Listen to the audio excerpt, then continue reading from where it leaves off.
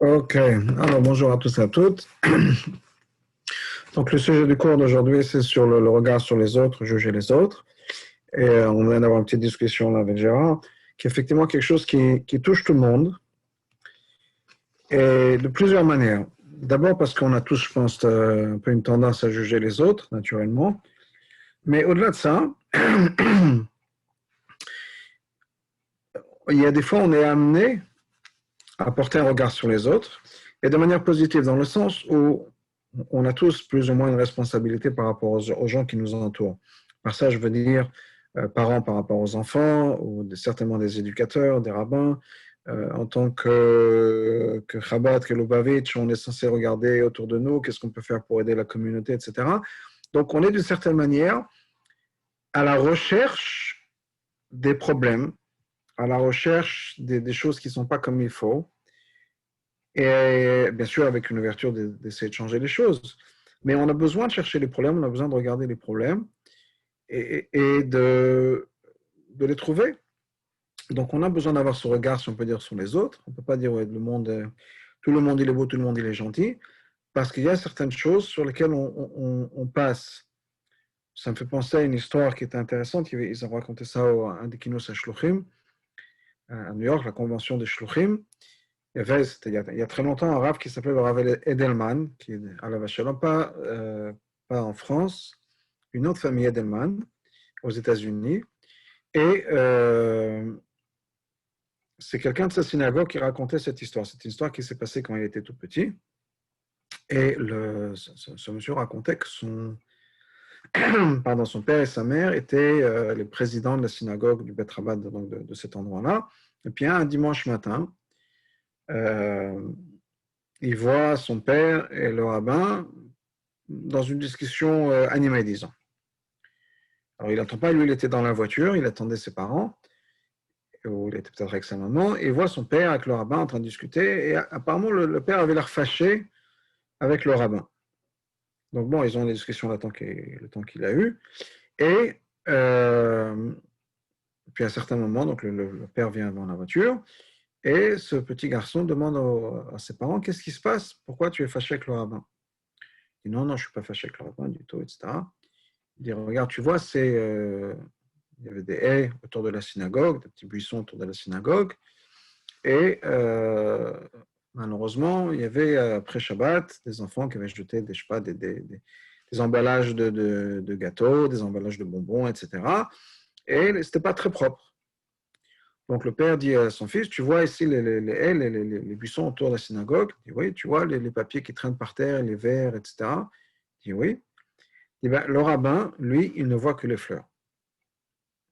Et donc, je voulais lui faire remarquer qu'au-delà des fleurs, il y a des détritus qu'on a besoin de ramasser.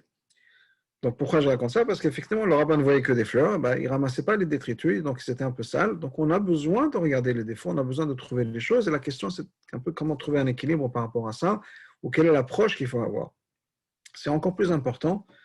Je mentionnais tout à l'heure qu'on est parents, éducateurs, ou rabbins, ou n'importe quelle personne qui a une responsabilité, si on peut dire, par rapport aux autres.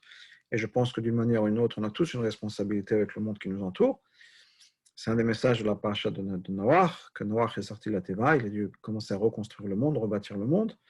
Donc, il y a un enseignement du Baal Shem Tov, qui est un enseignement très, très lourd et très important, mais qui va renforcer notre problématique. Le Baal Shem Tov fait un commentaire sur les mots din vecheshbon. On sait que on est jugé par Hachem, que ce soit Rosh Hashanah, que ce soit après 120 ans qu'on arrive au Gan Eden, après la fin d'une vie sur Terre, et on y a à ce moment-là ce qui se passe qu'on appelle un din vecheshbon. Din vecheshbon, c'est un jugement et ensuite un compte. Et le Baal Shem Tov pose la question suivante en disant, normalement, ça devrait être le contraire. Par contraire, j'entends, ça va être le cheshbon et ensuite le din, c'est-à-dire que le cheshbon, d'abord, on fait les comptes, et ensuite, il y a le jugement. Donc, on regarde la personne qui s'est passée, on regarde le dossier, si on peut dire, on fait les comptes, voilà, tel et tel mitzvah, tel et tel avera, etc., etc. Et au bout du compte, ben, on trace la ligne, somme totale, voilà le psak din, voilà le jugement, la personne a fait plus de mitzvot, ou moins de mitzvot, etc. Et donc, il y a ce din vecheshbon. Et le Baal Shem Tov dit, normalement, comme je le disais, ça devrait être le contraire, dans le sens où normalement on devrait commencer par le cheshbon et ensuite par le din. Pourquoi est-ce qu'on nous dit d'abord le din, c'est-à-dire d'abord on donne le jugement, et ensuite on regarde le cas. On fait le cheshbon du cas. Alors, le Baal Shem Tov explique la chose suivante. Et quand on a besoin de juger quelqu'un, on demande à la personne de se juger soi-même, de s'évaluer soi-même. On n'est pas jugé par rapport aux autres, on est jugé par rapport à soi-même. Comme la fameuse expression de Rabbi Zoshe d'Anipoli, il a dit, je n'ai pas peur qu'au Gan Eden, on me demande si j'étais comme Avraham ou si j'étais comme Moshe, parce que je ne suis pas Avraham, je ne suis pas Moshe. Je n'ai pas besoin d'être à leur hauteur. Mais j'ai peur qu'on me demande, est-ce que tu as été à la hauteur de Zouché? Et là, je ne suis pas sûr de savoir quoi répondre. Parce qu'effectivement, on a besoin d'être, on est jugé par soi-même, on est jugé en fonction de soi-même. Donc, on va demander à la personne de se juger, de s'évaluer. Mais on est tous proches de soi-même, on a du mal des fois à avoir un jugement qui est complètement objectif. Et des fois, le jugement est un peu trop sévère, des fois le jugement est un peu moins sévère, quelle que soit la situation. Et donc, on va montrer à la personne un cas, une situation. Et voilà telle et telle situation. Comment est-ce que tu jugerais cette situation? Voilà ce qui s'est passé. Monsieur Untel s'est passé à ses rendez-vous, s'est rendu là-bas, Madame Untel a fait ci, a fait ça, etc. Comment est-ce que toi, tu jugerais la situation? Qu'est-ce que tu penses de la réaction de monsieur ou de Madame Untel? Et la personne va donner le din. Et voilà, je pense que la personne a mal réagi, la personne a bien réagi, j'aurais fait mieux, j'aurais pas fait mieux, quelle que soit la situation. Et donc, il y a d'abord le din. Une fois que la personne a donné le din, a passé le jugement, on fait le cheshbon. Il dit attention, le jugement que tu viens de passer, c'est ton cas à toi. Regardons ton cas. Ton cas, c'est le même. Fais le cheshbon de ton cas, qui est le cas sur lequel tu viens de décider. Donc d'abord, il y a le din, ensuite, il y a le cheshbon. Ce qui veut dire, le Baal Shem Tov nous dit qu'à chaque fois qu'on fait le din sur certaines personnes, si on peut dire, c'est aussi un cheshbon pour nous-mêmes. Donc on va regarder la situation, on va porter jugement, mais c'est un jugement qui va nous affecter, parce que c'est le jugement sur soi-même. Et je reviens à ça dans le sens où d'abord, est-ce que c'est juste, si on peut dire, pour les gens qui sont dans une situation où on est censé porter jugement? Par exemple, le cas le plus simple, c'est un juge, un Rav, un Dayan, un juge, qui est censé juger. Est-ce que quand il va juger une personne, il va juger un criminel qui va venir chez lui, quelqu'un qui a volé, etc., et le Rav ou le Dayan, ou bien le juge, va juger certaines choses, est-ce que ça veut dire automatiquement qu'il va se juger lui-même? Quand on est parent ou éducateur et qu'on a besoin, on a une responsabilité d'aider ses enfants à grandir. Et on va dire à un enfant, ce que tu as fait, c'était pas bien, il ne fallait pas le faire, il fallait faire ci à la place, etc. On a jugé, si on peut dire, la situation, on a jugé un enfant ou un adulte ou quelqu'un d'autre, quelqu'un pour lequel on est responsable. Est-ce que ça veut dire qu'on est maintenant, on a été posé avec le din sur soi-même et que maintenant, on est responsable, si on peut dire, on va être puni pour quelque chose qu'on a dit à nos enfants de faire? Ou bien est-ce que ça veut dire qu'il ne faudrait rien dire? Parce que si à chaque fois que je fais une remarque à mon enfant, à chaque fois que je fais une remarque à mon élève ou à quelqu'un de ma communauté en tant que rave de communauté, et je leur dis attention, monsieur Untel, il faudrait faire attention ici, venez, faites attention à Shabbat, faites attention à la cacheroute, faites attention au minyan, etc. Ne laissez pas les choses traîner. Est-ce que ça veut dire que je me porte sur moi le jugement? Que j'ai fait quelque chose qu'il ne fallait pas faire, etc. Et dans ce cas-là, peut-être qu'il vaut mieux que pour sauver ma peau, que je dise rien, peut-être, parce que je porte le din. Et je vais pousser ça encore un peu plus loin, avec un enseignement du Baal Shem Tov. Le Baal Shem Tov nous dit, c'est un enseignement qui est très fameux, le Baal Shem Tov nous dit que quand on voit un défaut chez quelqu'un, c'est en fait un miroir des défauts qu'on a à l'intérieur de soi-même. Il explique, il dit, si par exemple quelqu'un se regarde dans le miroir et qu'il voit une tache, il voit un peu de saleté sur le front, sur le nez ou je ne sais pas où, c'est pas que le miroir est sale, ça peut être le cas aussi, ça peut être que le miroir est sale aussi, mais si le miroir est propre, s'il y a une tache dans l'image qui se reflète dans le miroir, c'est parce que j'ai une tache sur moi. Ce n'est pas le problème du miroir, c'est mon problème à moi. Donc, l'image que je vois qui m'est rendue, si on peut dire, par les gens que je regarde, c'est une image miroir de moi-même, et donc, c'est à moi de m'interroger sur ce qui s'est passé, sur ce que j'ai fait, etc. Donc, quand je vois quelqu'un qui se met en colère, c'est une image, c'est une réflexion de moi-même, ça veut dire que moi, j'ai un problème de colère. quand je vois quelqu'un qui fait, quelle que soit la bêtise, je ne sais pas, qui n'est pas gentil, qui est méchant, qui est avare, c'est une réflexion de ce que j'ai à l'intérieur de moi. Et je vais reposer la même question, c'est-à-dire quel est le choix, si on peut dire. Est-ce que ça veut dire que dans ce cas-là, je dois avoir le défaut de chez personne? Est-ce que ça veut dire que si je vois quelqu'un en tant que Shaliach Chabad, je vois quelqu'un qui ne fait pas Shabbat, je vois quelqu'un qui ne met pas les tefilines, que je leur dis, monsieur, il faut mettre les tefilines, madame, il faut allumer les bougies de Shabbat, etc. Est-ce que ça veut dire que c'est une réflexion de moi-même? C'est-à-dire que moi, je ne mets pas les tefilines, moi, je ne fais pas Shabbat. Si j'ai une responsabilité en tant que parent d'éduquer mes enfants, est-ce que je vois un problème quelconque? Est-ce que ça veut dire que j'ai moi le même problème? Qu'est-ce que le Baal Shem Tov veut dire? Et quelle est la situation, si on peut dire, qu'est-ce que ça fait pour moi? À savoir si je dois me mettre dans une telle situation, si je dois porter jugement, je ne dois pas porter jugement. D'un côté, j'ai une responsabilité par rapport aux gens que je dois éduquer ou aider. De l'autre côté, si je le fais, je me mets dans une telle situation. Est-ce que je suis censé fermer les yeux? Essayons de faire un peu le tri dans tout ça. Et quel est le regard qu'on doit avoir sur les autres? On va commencer avec cet enseignement du Baal Shem Tov. Comme je disais tout à l'heure, le Baal Shem Tov nous enseigne qu'à chaque fois qu'on voit un défaut chez quelqu'un d'autre, c'est une réflexion de ce que nous avons à l'intérieur de nous-mêmes. Première étape, c'est de comprendre pourquoi. Qui dit que si je vois quelque chose chez quelqu'un, c'est une réflexion que j'ai de ce que j'ai à l'intérieur de moi-même. Comme je disais, si je vois quelqu'un qui ne fait pas Shabbat, est-ce que ça veut dire que moi je ne fais pas Shabbat? Si je vois quelqu'un qui a un problème de colère, est-ce que ça veut dire que moi j'ai un problème de colère? Il y a des gens qui ont des problèmes. J'ai des couples qui viennent me voir. Est-ce que ça veut dire que s'il y a un couple qui vient me voir pour un problème de Shalom Bayit, c'est que moi aussi j'ai des problèmes de Shalom Bayit? Ça peut être le cas, mais est-ce que c'est obligatoirement ce message-là? Est-ce que c'est ça le message? Alors, pourquoi est-ce que le Baal Shem Tov dit les choses suivantes? Le Baal Shem Tov dit ça, basé sur un autre concept du Baal Shem Tov.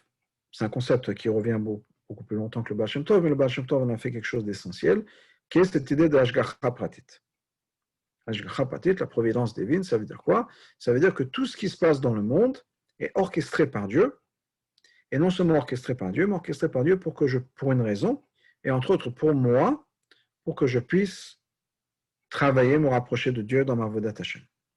Donc, s'il y a une situation que je vois, si je suis témoin de quelque chose qui se passe, ce n'est pas par hasard. Si je suis témoin d'une situation qui se passe, c'est parce que moi, j'avais besoin, pour une raison ou une autre, de voir cette situation. Mais la preuve est qu'il y a des milliards d'événements qui se passent à travers le monde, je ne suis pas conscient. Mais si il fallait que je sois là à un moment donné, c'est qu'il y a un message pour moi, une leçon pour moi. Dans un des cours, j'ai mentionné l'histoire de la rabbinite Chaim Moshka. Je peux le mentionner encore une fois. La rabbinite Chaim Moshka se déplaçait régulièrement vers Manhattan pour faire des courses ou autres. Et un jour, le chemin qui prenait à Manhattan était bloqué, faisait des travaux, et ils sont passés par une autre rue. Et quand ils arrivent dans l'autre rue, en conduisant, ils voient quelques voitures de police, et ils voient une famille sur le trottoir, avec tout un tas de valises, de sacs, etc. Et la mère de cette famille-là et les enfants en train de pleurer, hystériques, etc. Et entourés d'agents de police. La rabbinite Chaim Moshka voit ça, demande à son chauffeur, est-ce que vous pouvez aller voir ce qui se passe? Donc il va voir ce qui se passe, il revient, il dit voilà ce qui se passe. C'est une famille juive russe, qui a été expulsée de leur appartement parce qu'ils n'ont pas pu payer le loyer. Et donc il y a la police qui est là pour être sûr que tout se passe bien. Et ils sont à la porte avec leurs affaires, et bien sûr, ils sont mis à la porte. Alors, la mère est en train de pleurer, les enfants sont hystériques, etc. Et voilà ce qui se passe. Bon, la rabbinite Chaim Moshka dit, est-ce que vous pouvez, s'il vous plaît, aller voir de combien il s'agit pour qu'ils puissent réintégrer leur appartement. Donc, ils vont voir l'huissier qui est à l'extérieur, il lui dit la somme quelconque, il revient dans la voiture, il dit à la rabbinite, voilà de combien ils ont besoin. La rabbinite sort son chéquier, écrit un chèque, le donne à son chauffeur, il dit voilà, donnez ça à l'huissier et que cette famille puisse réintégrer leur appartement.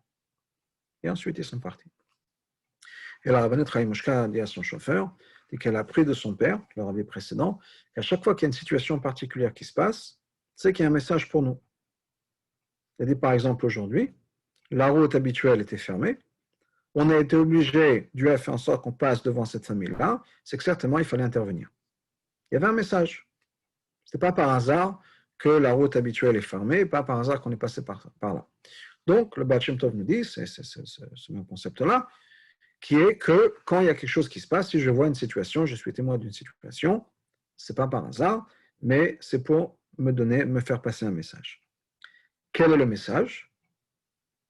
Et le Baal Shem Tov nous dit, le message est que si tu vois quelqu'un qui se met, je prends l'exemple de la colère ou autre chose, c'est que Dieu nous fait passer un message en disant, attention, monsieur Untel, Israël Frankfurter, tu as un problème de colère, et c'est pour ça que tu vois cette situation de quelqu'un qui se met en colère. C'est un message pour toi qui est attention à la colère. Pourquoi est-ce qu'on a besoin de faire passer ce message par l'intermédiaire de quelqu'un d'autre et qu'Hachem ne pourrait pas d'une manière ou d'une autre nous faire passer le message directement? C'est que généralement, on est bloqué, si on peut dire, à être ouvert à ce genre de message et qu'on a besoin de faire passer ça un peu par un petit détour. Je disais tout à l'heure l'histoire du Din Vecheshbon, le Baal Shem Tov, ce que le Baal Shem Tov nous dit, c'est qu'effectivement, avant de se juger soi-même, on a besoin de juger quelqu'un d'autre. Parce que quand on va juger quelqu'un d'autre, on sera beaucoup plus objectif que soi-même. Parce que pour soi-même, le passage nous dit « Akol pshaim tracé ava », l'amour couvre toutes les fautes, et certainement l'amour propre, l'amour qu'on a pour soi-même, ce qui fait qu'on ne voit pas des défauts comme des défauts. Et des fois, on voit des défauts comme des qualités. J'ai pris l'exemple de la colère, ça peut être quelqu'un qui se met en colère, et vous savez peut-être qui c'est, à la synagogue, qui se fâche à chaque fois qu'il y a quelque chose qui n'est pas bien, quand le rabbin fait quelque chose qu'il ne faut pas, quand le Baal Koré fait une erreur, il y a quelqu'un qui va se mettre en colère, qui va se fâcher, et il est convaincu qu'il fait ça le Shem Shamaim. Il fait ça pour le kavod de Dieu, pour le kavod de la Torah, qui est, bien sûr, il faut dire quelque chose, on ne peut pas laisser passer une chose pareille, une erreur de la Torah ou autre, on a absolument besoin d'être là, d'être présent, d'être réactif, et il voit sa colère comme une mitzvah. Donc, ou ça peut être autre chose, ça peut être dans une famille, ça peut être encore une fois avec des enfants, par exemple. Le chinour, il y a souvent ça, malheureusement. On se fâche contre ses enfants, mais on trouve une bonne raison, parce qu'on est là, on a besoin de les éduquer, c'est notre responsabilité. Si on ne les éduque pas, on ne leur dit pas ce qu'il faut faire, on va savoir ce qui va se passer, Dieu préserve, etc., etc. Donc, au lieu de voir ces défauts, on voit des fois ces défauts comme des qualités. Donc, on a besoin de voir ça chez quelqu'un d'autre. On n'est pas impliqué émotionnellement. Et une fois qu'on a vu ça chez quelqu'un d'autre et qu'on a compris que ce n'était pas quelque chose de bien, on a ce retour, si on peut dire, qui dit attention. Le Baal Shem Tov nous enseigne que si tu as vu ça, si tu as vu tel et tel défaut, ta première réaction doit être j'ai moi ce problème-là. C'est un message de Dieu. C'est un message de Dieu pour dire attention, tu as besoin de travailler sur ce problème-là. Donc, pour revenir à ce que je disais tout à l'heure, c'est que quand ce que le rabbi explique, c'est dans cet enseignement du Baal Shem Tov, c'est que si je vois quelque chose, c'est Bashgacha Pratit. Donc si je vois un défaut particulier, quel que soit le défaut, j'ai mentionné la colère, ça peut être autre chose, la paresse, d'arriver en retard, ou de manque de respect, ou quel que soit le problème qu'on voit, si on voit un problème, c'est que c'est un message pour nous. Et d'ailleurs, très intéressant, mais on voit souvent, il peut y avoir plusieurs personnes qui sont en train de voir la même situation, et chacun va avoir une réaction différente. Dans le sens où une personne va voir un défaut particulier, une personne verra peut-être un autre défaut, une troisième personne verra peut-être une qualité ou ne verra rien du tout. Elle a dit, je ne comprends pas ce qui s'est passé, quel est le problème? Parce qu'on a chacun nos messages qu'on a besoin de recevoir. Donc à chaque fois qu'il y a quelque chose qui se passe, le chanteur nous dit, basé sur ce concept de Hashgacha Pratit, c'est que c'est un message pour nous. Pourquoi est-ce que le Hashgacha Pratit est si important? Parce que si on a cet émouna, que Dieu est en train de constamment recréer le monde, s'il y a quelque chose qui se passe, c'est que Dieu le veut. Et non seulement Dieu le veut, Dieu ne fait rien en vain. S'il y a une raison pour laquelle cette situation a été créée maintenant devant moi, c'est que certainement c'est pour une raison quelconque. Et la raison, c'est pour me faire passer ce message-là. Mais la question revient un peu de ce que je disais tout à l'heure, qui est, c'est vrai qu'il y a l'idée de Hashgacha Pratit. C'est vrai que si je vois quelque chose, il y a une situation, c'est un message pour moi. Mais qui dit que le message est pour moi dans le sens où c'est moi qui ai un problème, peut-être que le message va aider quelqu'un d'autre. Comme j'ai raconté l'histoire avec la rabbinite Chaim Mouchka, elle a vu quelque chose. Ce n'était pas nécessairement qu'elle a dit, ah, si je vois une famille à la rue qui n'ont pas d'argent, ça veut dire que nous, on n'a pas d'argent, ça veut dire qu'on a besoin de regarder notre compte, peut-être qu'on ne donne pas la tzedaka comme il faut. Ce n'était pas nécessairement sa réflexion, encore que je ne sais pas ce qu'elle pensait dans la tête. Mais elle a vu une situation, elle a agi. La situation, c'était quoi? Une famille a besoin d'aide, elle les a aidés. Peut-être qu'elle s'est aussi posé une question à savoir qu'est-ce qui se passe à l'intérieur de moi. Mais mon point étant que quand on voit une situation, qui dit que c'est moi qui ai un problème? Je vois mes enfants qui ont un problème particulier. Ça peut être des petits qui se battent, qui se disputent, qui s'arrachent les jouets, etc. Est-ce que ça veut dire que moi j'arrache les jouets? C'est une situation où moi j'ai besoin d'éduquer mes enfants. J'ai besoin d'apprendre quelque chose, de leur enseigner, de leur faire passer un message. Je raconte que le Rabbi Rachab, une fois, avait vu le Rabbi précédent, quand il était petit, qui avait de la pastèque, et il y a des amis qui lui ont demandé de partager la pastèque. Il a partagé la pastèque, et le Rabbi Rachab, un peu plus tard, lui a dit, j'ai vu que tu avais partagé la pastèque, mais j'ai vu que tu ne l'as pas fait avec bon cœur. Ça t'embêtait quelque part de partager, de donner ce que tu avais, et de partager. Il a vu une situation, il avait besoin de la corriger. Est-ce que ça veut dire que le Rabbi Rachab pensait que lui-même aussi ne partageait pas gentiment? Il dit, j'ai une opportunité d'éduquer mon enfant, j'ai un message à faire passer, je le fais passer. Et nous, en tant que parents, on a la même chose, on a une responsabilité par rapport à nos enfants. En tant qu'adultes, on a la responsabilité aux gens qui sont autour de nous. En tant que gens qui sont religieux, on doit partager le judaïsme aux gens qui sont autour de nous, que ce soit demander à quelqu'un de mettre les téfilés dans la rue, d'aider les gens à faire Shabbat, etc. Donc, peut-être que le message, c'est vrai qu'il y a un message, puisque tout est Bashgacha Pratit. C'est vrai que le message, encore une fois, est peut-être que je dois aider cette personne. Qui était à Rome, quand tu vois quelqu'un qui est nu, il faut le couvrir. Nu dans le sens matériel, dans le sens spirituel, mais qui est cette idée d'Ashgacha Pratit dans le sens où faisons quelque chose pour aider la personne. Pourquoi ou qui me dit que c'est un message pour moi-même? Non seulement ça, mais nous avons un principe dans la Torah que un juif n'est pas un moyen pour un autre. Ce que je veux dire, c'est que notre existence n'est pas là, ce qui nous arrive n'est pas là parce que ça va aider quelqu'un d'autre. Si quelque chose nous arrive à nous, c'est que c'est censé nous arriver à nous. Et je ne peux pas me servir de quelqu'un d'autre. Quelqu'un d'autre n'a pas été créé, n'a pas été mis dans une situation particulière pour moi. S'il y a quelque chose qui arrive à une personne, c'est que Dieu l'a décidé pour cette personne. Alors, il y a peut-être un impact pour d'autres. Mais si Dieu a vu quelque chose d'une certaine situation, si Dieu a mis une personne dans une certaine situation, c'est pour cette personne elle-même. Ce n'est pas nécessairement pour les autres.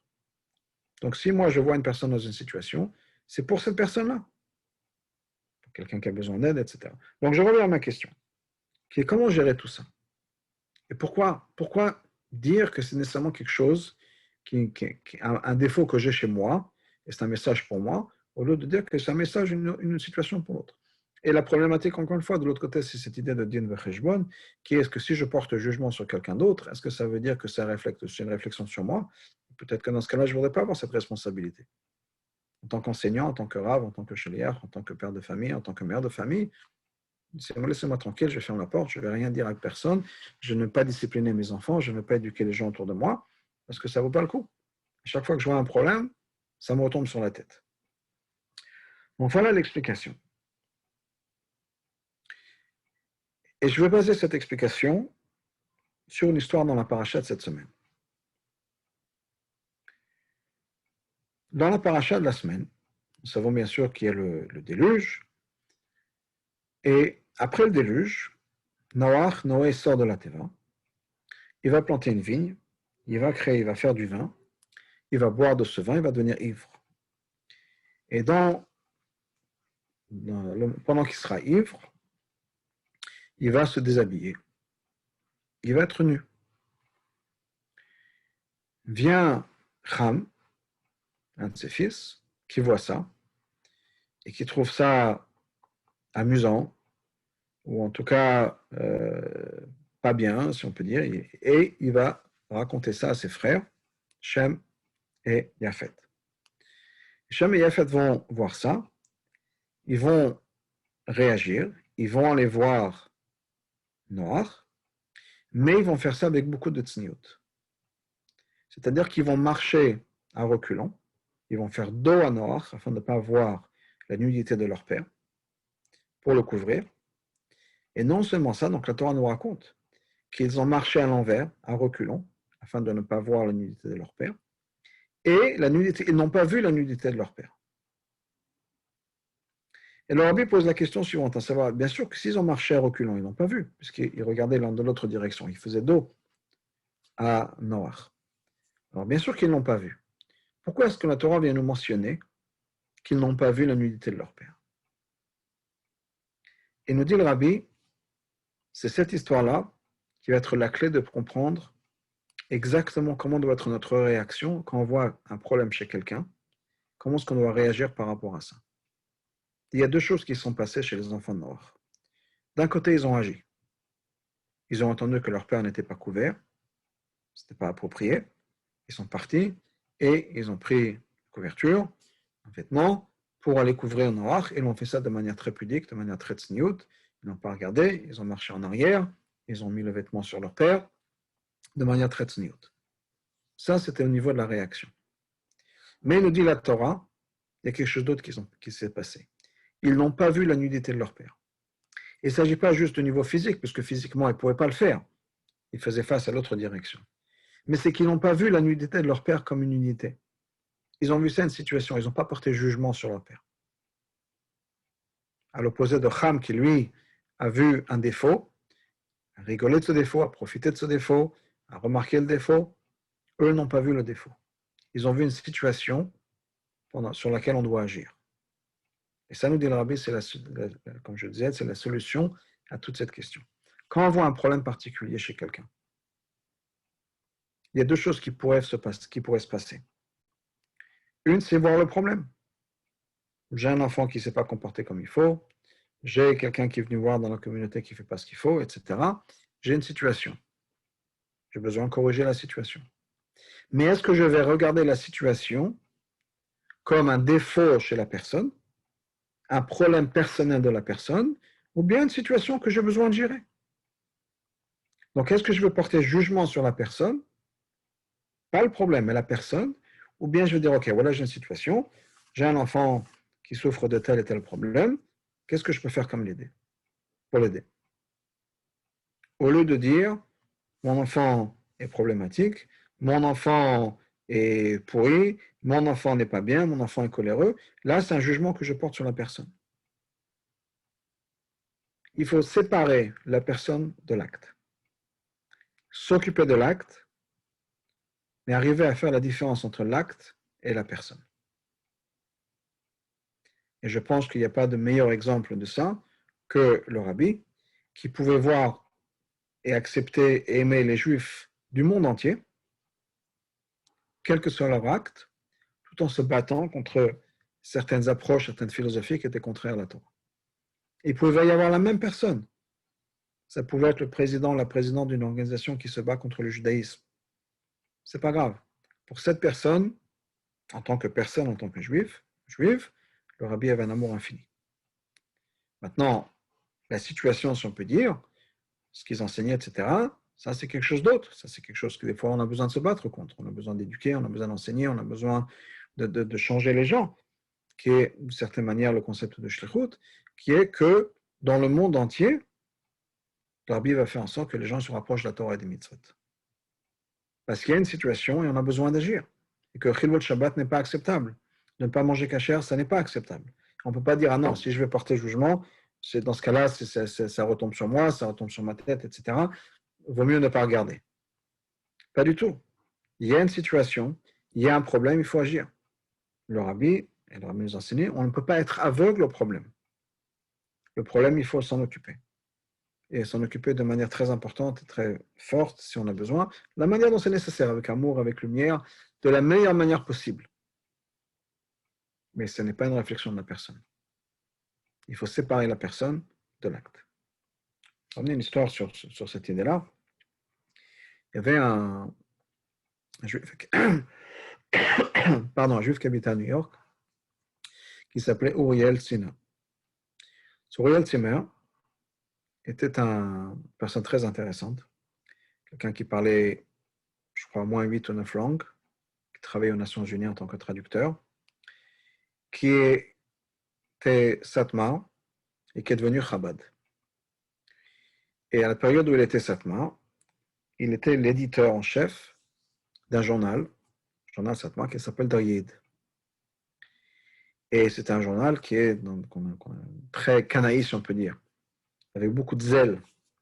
Et zèle à la manière Satmar contre tous les gens qui ne rentrent pas dans leur philosophie, etc. Les gens qui ne sont pas religieux, le monde sioniste et autres. Puis ce monsieur est devenu Chabad. Il a découvert la Chassidut, il a découvert le Rabbi, il est devenu Chabad. Il y a des anciens amis qui sont venus le voir en disant, mais comment tu as pu faire la transition entre Satmar et Chabad? Satmar, et non seulement Satmar, mais toi, tu étais tellement extrême, si on peut dire, dans ta philosophie, dans ta vie, dans ce que tu écrivais, et tout d'un coup, tu es devenu Chabad. Chabad, on accepte tout le monde, on aime tout le monde, il y a tout qui passe. Comment est-ce que tu as pu faire la transition? Et leur a répondu la chose suivante. Il a dit, je vais vous expliquer.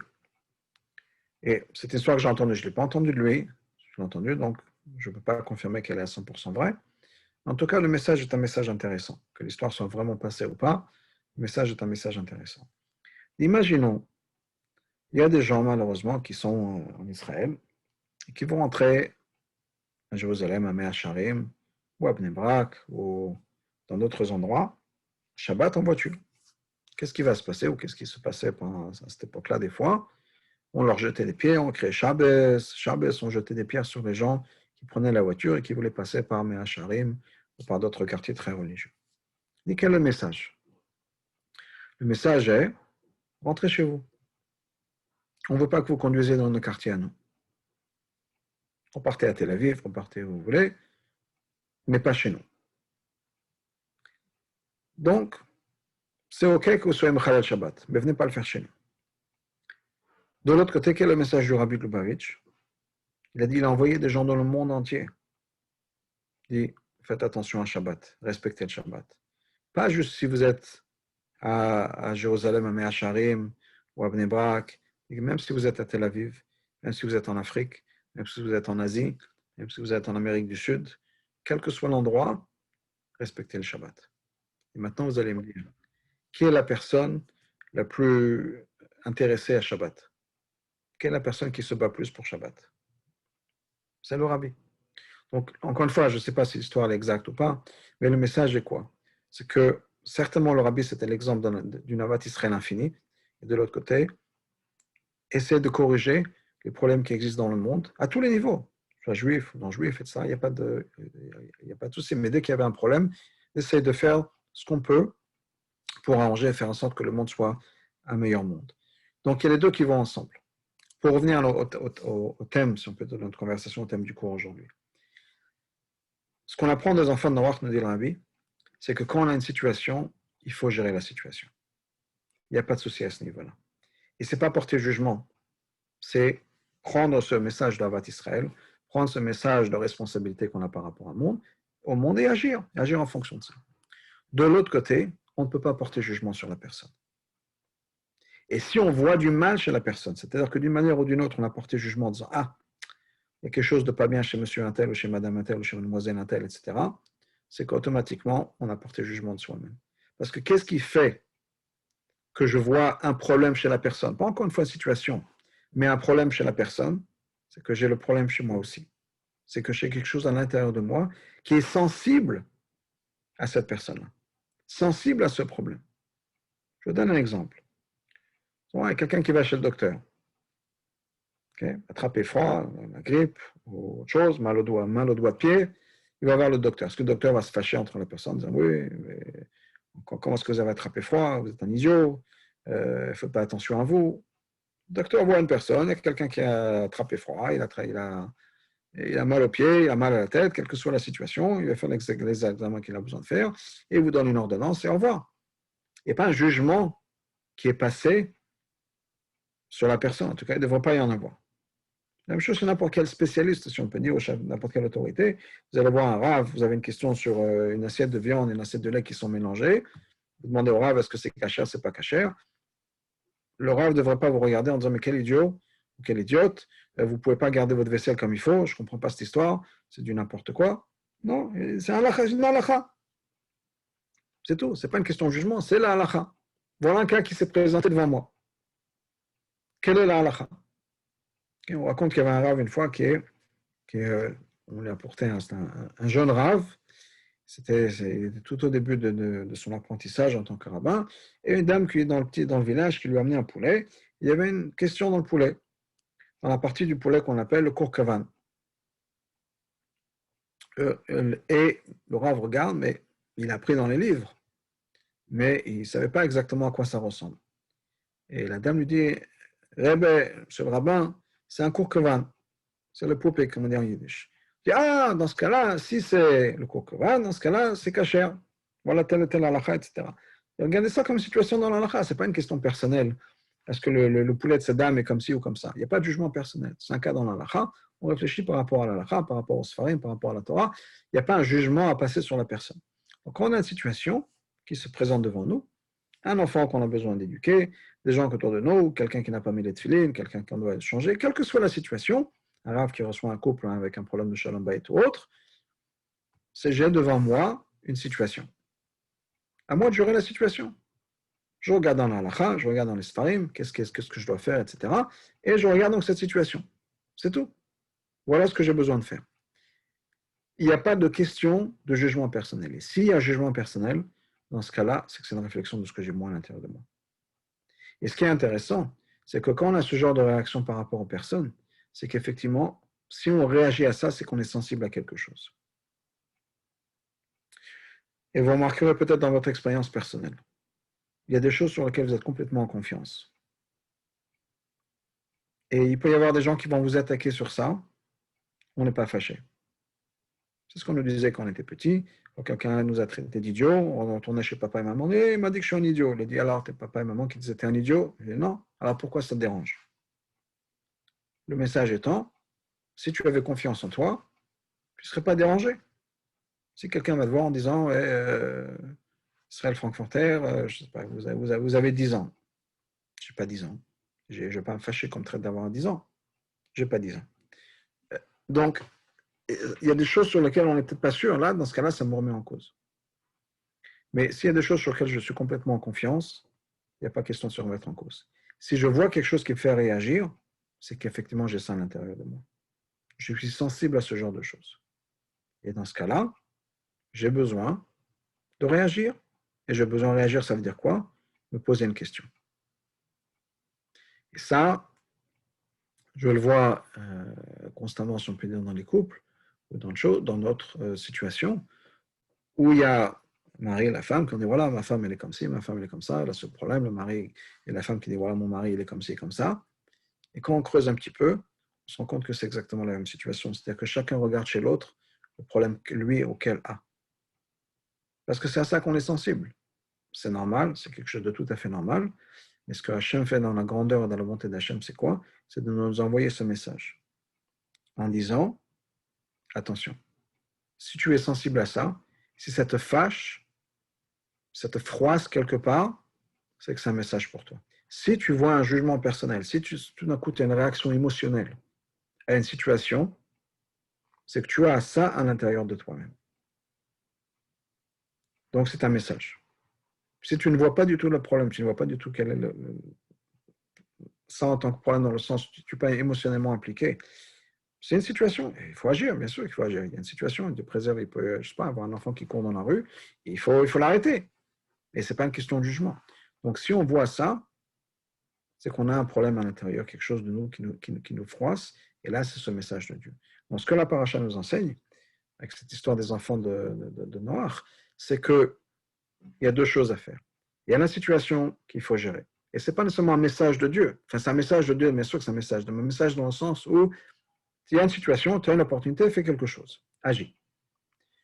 Du côté émotionnel, en disant, si je vois un problème chez quelqu'un, c'est que j'ai moi-même le même problème, ça c'est quand on réagit émotionnellement à la situation. Quand on s'implique émotionnellement dans la situation, qu'on va porter jugement sur la personne, pas juste voir la situation, mais voir un problème, voir du mal chez l'autre. Si je vois du mal chez la personne, c'est une réflexion du mal que j'ai à l'intérieur. C'est-à-dire que si je dois voir un défaut chez l'autre personne, c'est que je vois un défaut chez l'autre. Et réfléchissez ça, parce que dans la vie de tous les jours, c'est quelque chose qui est très important. À partir du moment où on est frustré par quelque chose, pas une situation, quelqu'un, émotionnellement, c'est quelque chose qui me dérange sur la personne, encore une fois, pas juste la situation, la personne me dérange, c'est que c'est un message. Et la première action doit être toujours, c'est que j'ai moi ce problème-là, à moi de travailler sur moi. Et ce qui est intéressant, c'est que si on travaille sur soi, ça va bien sûr résoudre le problème de l'autre. Pas nécessairement que le problème de l'autre sera résolu. Peut-être que oui, peut-être que non. Mais ça ne me dérangera plus. Parce qu'à partir du moment où moi j'aurais vu ça et je travaille sur moi-même, je ne verrai plus le problème chez l'autre. Puisque je vois le problème chez l'autre uniquement pour le corriger moi. Donc une fois que j'ai corrigé ça chez moi, je ne serai plus sensible au même problème que j'ai chez l'autre. Donc si pour une raison ou une autre, je perds ma patience avec mon mari, avec ma femme, pour X raison, il y a quelque chose qu'ils font qui m'ennuie, qui m'embête, quel que soit le mot et la force du mot et la force de la situation. À partir du moment où j'ai résolu ça, cette insécurité que j'ai en moi, ce qu'ils vont faire ne va plus me déranger. Encore une fois, ce ne sera pas que le problème aura disparu, c'est que ma vision du problème aura disparu. C'est un peu le verre qui est à moitié plein et à moitié vide. Les deux sont vrais. On n'est pas en train de se mentir. Si je regarde le verre à moitié vide, je regarde le verre à moitié plein, je ne suis pas en train de me mentir. J'ai conscience que le verre est à moitié quelque chose. Il n'est qu'à moitié plein. Et donc, il est à moitié vide. Mais je le regarde comme à moitié plein. Ça va être la même chose chez mon mari, chez ma femme, chez mes enfants. Oui, mon mari, il est comme ça. Il a son petit défaut. Il n'est jamais à l'heure. C'est comme ça. Ce qui fait qu'à chaque fois qu'on doit sortir, je dis à mon mari 5 minutes ou 10 minutes à l'avant. Je ne lui dis pas. Pourquoi? Parce que je sais qu'elle est comme ça, donc ça ne me dérange plus. Ça marche. Sinon, au contraire, la situation dans laquelle on se frustre, encore une fois, tu es en retard, ça fait combien de fois que je te dis hein? C'est qu'on a un problème pour une raison ou une autre chez soi. On a un problème de temps, quelque chose sur lequel on a besoin de travailler. De temps, un problème de colère, quelle que soit la situation, il y a un message pour moi. Si je suis calme par rapport au problème, je ne suis pas impliqué de manière personnelle, émotionnelle, c'est que tout va bien, c'est juste une situation sur laquelle il faut travailler, et pas une mida, pas quelque chose de chez moi sur lequel j'ai besoin de travailler. Donc, encore une fois, pour résumer tout ça, ce que le Baal Shem Tov nous dit, c'est que quand on voit du mal chez quelqu'un, c'est une réflexion du mal qu'on a à l'intérieur, c'est-à-dire on parle du mal chez une personne. Il y a un défaut chez quelqu'un qui me dérange. Pas une situation. Pas que la personne fait du travail qui n'est pas comme il faut, j'ai besoin d'arranger le travail. La personne arrive en retard, j'ai besoin de gérer. C'est que quand moi, je vois du mal chez quelqu'un, à moi de gérer ça et à moi de travailler sur moi. Gérer, ça veut dire travailler sur moi, sur mes midotes, etc., sur mes insécurités. Et ça va résoudre les problèmes des autres. C'est un grand secret pour Shalom Bayit, c'est un grand secret avec les relations avec les enfants, où quand on a besoin de voir quelque chose avec les enfants, il faut éliminer le côté émotionnel de la personne. Et c'est très difficile avec ses enfants. C'est très difficile. Mais il faut le faire. Parce que malheureusement, des fois, se mettre en colère contre ses enfants, ce n'est pas toujours de quelque chose de positif, ou c'est très rarement quelque chose de positif. On a besoin de gérer les situations. Pas de manière émotionnelle, pas quand on se met en colère contre eux, etc. Donc on a besoin de réfléchir. Une des meilleures manières, c'est que si on voit des enfants qui font quelque chose de pas bien, de se poser la question, est-ce que si ça aurait été les enfants de quelqu'un d'autre, j'aurais réagi de la même manière? Parce que la situation, elle est la même. Est-ce que j'aurais réagi avec la même colère, même frustration que si c'est les enfants de quelqu'un d'autre? Si la réponse est non, c'est que je suis impliqué émotionnellement et je n'aurais pas dû être. Parce que la situation, c'est la même que sur les enfants des autres et les enfants des miens, c'est la même situation. Donc à nous de vérifier ça comme il faut. De l'autre côté, c'est toujours une bonne chose de réfléchir, est-ce qu'il y a un message pour moi dans ma voda? Et je mentionne ça parce qu'il y a une histoire, je vais conclure avec cette histoire-là, une histoire avec le rabbi Emtsaï, l'Admor Emtsaï, le deuxième rabbi de Chabad, qui recevait une fois quelqu'un en rendez-vous. Et tout d'un coup, il a arrêté ses rendez-vous et il s'est mis à pleurer, faire des teilim, il a dit qu'il annule tous les rendez-vous, etc. Les chassidim avaient très peur qu'il y ait peut-être une xéra en Shamaïm qu'il a vu, etc. Mais plus tard, le rabbi expliquait qu'il y a quelqu'un qui est rentré à un rendez-vous chez lui, qui avait fait une avéra qui était horrible, horrible. Et qu'à chaque fois, le rabbi regardait chez lui, à l'intérieur de lui-même, comment est-ce que lui, il a l'équivalent de cette avéra chez lui. S'il y a quelqu'un qui vient le voir avec cette avéra, c'est qu'il y avait quelque chose à l'intérieur de lui. Le rabbi dit, j'ai cherché, c'était tellement horrible, je ne pourrais pas trouver quelque chose en moi. Je crois que j'ai trouvé un équivalent d'un équivalent, c'est qu'une fois, j'ai étudié la Torah de manière pas à 100%, je n'avais pas toute la force et la chayout qu'il fallait. Donc, c'était mon équivalence, on peut dire, de cette avéra-là. En tout cas, donc toujours prendre un message, essayer de voir quel est le message pour moi. Mais ce qui est important, c'est de séparer encore une fois la personne de l'événement, essayer d'arranger les événements et de ne pas s'impliquer de manière émotionnelle, parce que dans ce cas-là, c'est un message à prendre. Voilà. S'il y a des questions, prendre, sinon on va s'arrêter là. OK. Ben, merci beaucoup et à la semaine prochaine, si Dieu veut. Frère Israël, très très bien. Merci beaucoup.